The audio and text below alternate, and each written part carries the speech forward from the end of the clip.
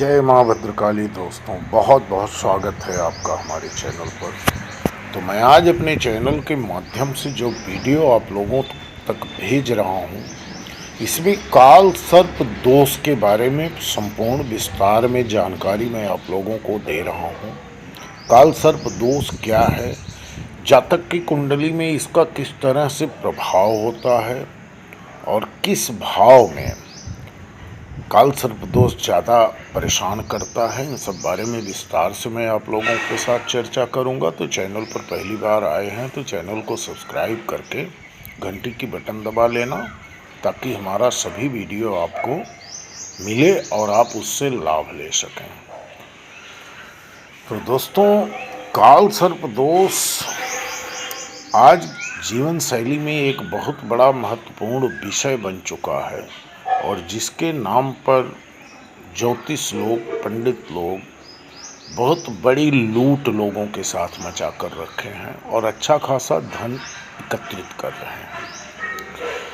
लेकिन काल सर्प दोष है, इसे नकारा नहीं जा सकता। लेकिन अब उसका उपाय जो लोग करवाते हैं, उस उपाय के बारे में हम आप लोगों के साथ चर्चा कर रहे हैं। तो सबसे पहले मैं काल सर्प दोष से होने वाली परेशानियों के बारे में आप लोगों को अवगत करा रहे हैं। अगर किसी की कुंडली में काल सर्प दोष होता है तो उसे बुरे सपने दिखाई देते हैं। इसके अलावा बिना वजह के वह आदमी परेशान रहता है। अक्सर सपने में उसे सांप दिखाई देता है। इसके अलावा वह अधिकतर सपने में किसी न किसी की मृत्यु को देखता है। ये भी होता है कि तमाम मेहनत करने के बाद भी सफलता नहीं मिलती। कई बार यूँ लगता है कि हम सफल होने वाले हैं, तभी अचानक बना बनाया खेल बिगड़ जाता है और आदमी असफल हो जाता है। विरोधियों की संख्या में इजाफा होने लगता है। कई बार तो दोस्त भी दुश्मन बन जाते हैं। इसके अलावा जातक को किसी असाध्य रोग का सामना करना पड़ता है, जिसका इलाज संभव होता ही नहीं है, या बहुत सारी दवाइयों के बाद भी कोई फ़ायदा नहीं मिल पाता है। तो आइए हम चलते हैं आपको इसके उपाय की तरफ लेकर के। उपाय इसके बहुत हैं और बहुत कम हैं। कुंडली में अशुभ प्रभाव देता है काल सर्प दोष। जैसे इसका नाम काल और सर्प, वैसे ही इसका बताने वाले ज्योतिष बंधु भी आजकल टीवी अखबार में खूब प्रचार कर रहे हैं। काल सर्प शांति की बुकिंग चल रही है। गारंटी है कि उनकी शांति से आपको लाभ होगा। इसलिए आप खुद सच्चे मन से भगवान शिव की आराधना करिए, और ख़ास करके सावन के महीने में आप नियमित रूप से भगवान शिव को जल जरूर अर्पित करिए, और संभव हो तो हर रोज़ करिए, आपका कल्याण होगा। और बाकी काल सर्प निवारण के अनेकों उपाय बताए गए हैं, और इस योग की शांति विधि विधान भी है। लेकिन वह शांति विधि विधान किसी योग्य और विद्वान के परामर्श के अनुसार ही किया जाए, तब इसका लाभ मिलता है। महाशिवरात्रि, नाग पंचमी, ग्रहण आदि के दिन शिवालय में नाग नागिन या चांदी या तांबे का जोड़ा अर्पित करें। नवनाग स्तोत्र का जप करें। नवनाग स्तोत्र इस प्रकार है: अनंत वासुकिम शेषम पद्मनाभम च कंबल शंखपाल धार्तराष्ट्रम तक्षकम कालियम तथा एतानि नवानामानि नागानां च महात्मानां सायंकाले पठे नित्यम प्रातः काले विशेषतः।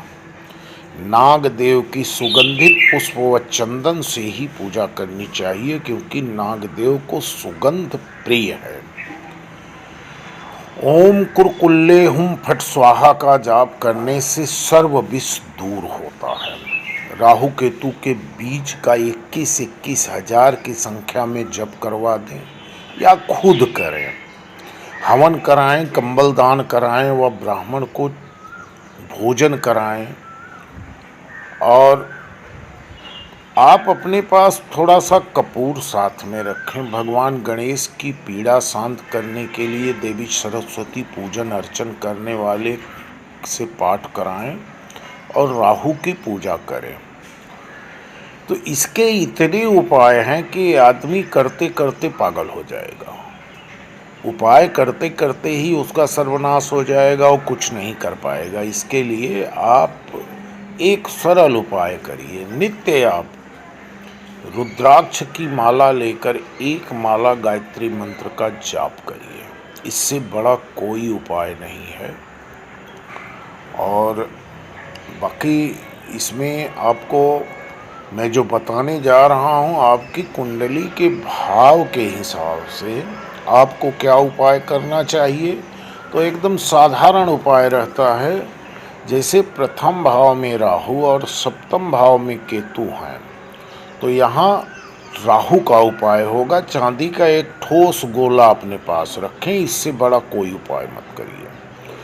द्वितीय भाव में राहु और अष्टम भाव में केतु हैं, तो यहाँ केतु का उपाय होगा। केतु दो रंगी या बहुरंगी वस्तुओं का कारक है, अतः ऐसा कंबल जो दो रंगी हो या बहुरंगी हो मंदिर में दान कर दीजिए। तृतीय भाव में राहु और नवम भाव में केतु, यहाँ केतु का उपाय होगा। यहाँ केतु बृहस्पति के पक्के भाव में है, इसलिए सोना जो बृहस्पति का कारक है धारण करने से केतु का प्रभाव शुभ हो जाता है। चतुर्थ भाव में राहु और दसम भाव में केतु हैं। ऐसी स्थिति में राहु का उपाय नहीं बल्कि दसम भाव के केतु का उपाय करें। चांदी की डिब्बी में शहद भरकर उसमें लाल डोरा बांध करके जमीन के अंदर आप दबा दें। पंचम भाव में राहु और एकादश भाव में केतु हैं, तो यहाँ राहु का उपाय होगा।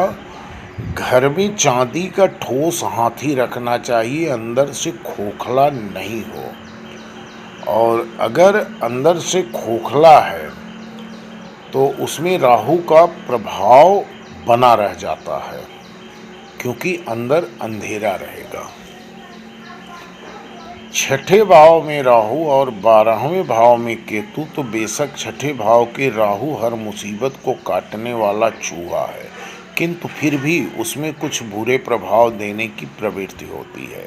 राहु के बुरे प्रभाव को दूर करने के लिए बुध को शक्तिशाली करना चाहिए, इसलिए बहन की सेवा करें और कोई फूल अपने पास रखें। बुध को इसलिए शक्तिशाली किया जाता है, यहाँ पर काल पुरुष कुंडली के हिसाब से बुध की कन्या राशि आती है और बुध राहु से मित्रता रखता है। सप्तम भाव में राहु और प्रथम भाव में केतु, इस स्थिति में काल सर्प योग में दोनों ग्रहों के उपाय करने होंगे। प्रथम भाव काल पुरुष कुंडली के हिसाब से मंगल का घर है, इसलिए केतु को शांत करने के लिए लोहे की गोली पर लाल रंग लगाकर अपने पास रखना चाहिए, क्योंकि लाल रंग मंगल का कारक है, जिसके द्वारा केतु को दबाया जा सकता है। सप्तम भाव में राहु होने पर बृहस्पति और चंद्र के असर को मिलाकर राहु के अशुभ प्रभाव को कम करना होगा। इसके लिए चांदी की एक डिब्बी में गंगा जल या बहती नदी या नहर का पानी डालकर, जो गुरु का कारक है, उसमें चांदी का एक चौकोर टुकड़ा डालकर ढक्कन लगाकर घर में रखना चाहिए। ध्यान रहे कि डिब्बी का पानी सूखे नहीं, अर्थात डिब्बी में पानी डालते रहें। अष्टम भाव में राहु और द्वितीय भाव में केतु, यहाँ राहु का उपाय करना होगा। राहु के अशुभ प्रभाव को दूर करने के लिए 800 ग्राम चांदी के सिक्के को ले लेकर 8 टुकड़े करके एक साथ बहते पानी में डाल दीजिए। यानी कि 800 ग्राम आप सिक्का ले लो। चांदी का संभव नहीं है तो आप जो सिक्का प्रचलन में है वही सिक्का ले लीजिए और उसको 4 भाग में बराबर बराबर बांट करके और पानी में डाल दीजिए।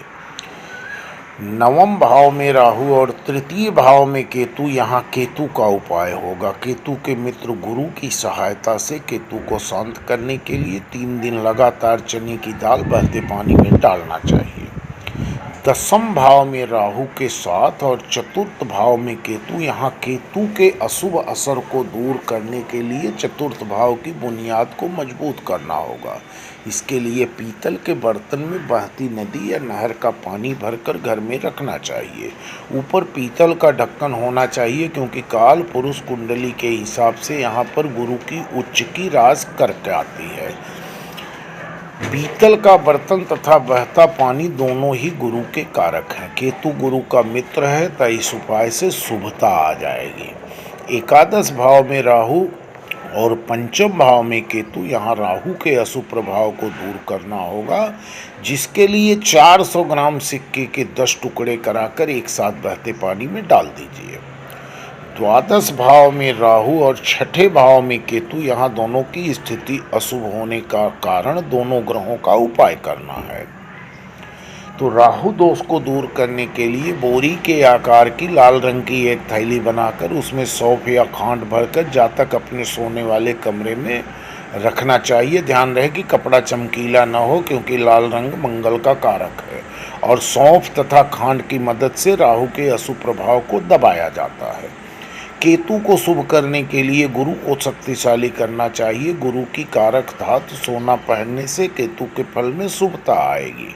बहते पानी में कोयला बहाना चाहिए। नारियल के फल को बहते पानी में बहाएं और सबसे पहला आप रसोई घर में बैठकर ही भोजन करें। मुख्य द्वार पर चांदी का स्वास्तिक लगाना चाहिए। श्राद्ध पक्ष में पितरों को श्रद्धा पूर्वक उनका जो भी पितृदान है, कर्मकांड है, वो पूरा करवाइए। और श्रावण मास में 30 दिन तक महादेव को जल अभिषेक करते। नाग पंचमी के दिन चांदी या तांबे का नाग नागिन बनवाकर पूजा करनी चाहिए। पितरों को याद करना चाहिए तथा बहते पानी या समुद्र में नाग देवता का श्रद्धापूर्वक विसर्जन करना चाहिए। गुरु सेवा एवं कुल देवता की पूजा अर्चना नित्य करनी चाहिए। शयन कक्ष में लाल रंग के पर्दे, चादर तथा तकिए का उपयोग करो। तो दोस्तों, इससे ज़्यादा आपको कोई उपाय नहीं करना है और ये उपाय आप अपने घर पे ही कर सकते हैं। अनायास व्यर्थ के खर्चे से बचें और खुद उपाय कर लें। इससे आपको लाभ मिलना चालू हो जाएगा। जो आपके काम रुक रहे हैं, जो आपके कामों में रुकावट आ रही है, जो दिक्कतें आ रही हैं, बार बार काम बनकर बिगड़ जाता है, उसमें सारे कष्ट अपने आप धीरे धीरे महादेव की कृपा से कटने चालू हो जाएंगे। इसी के साथ वीडियो समाप्त कर रहा हूँ। वीडियो को एक लाइक, एक कमेंट जरूर करना। चैनल पर पहली बार आए हैं तो सब्सक्राइब कर लेना। धन्यवाद। जय मां भद्रकाली।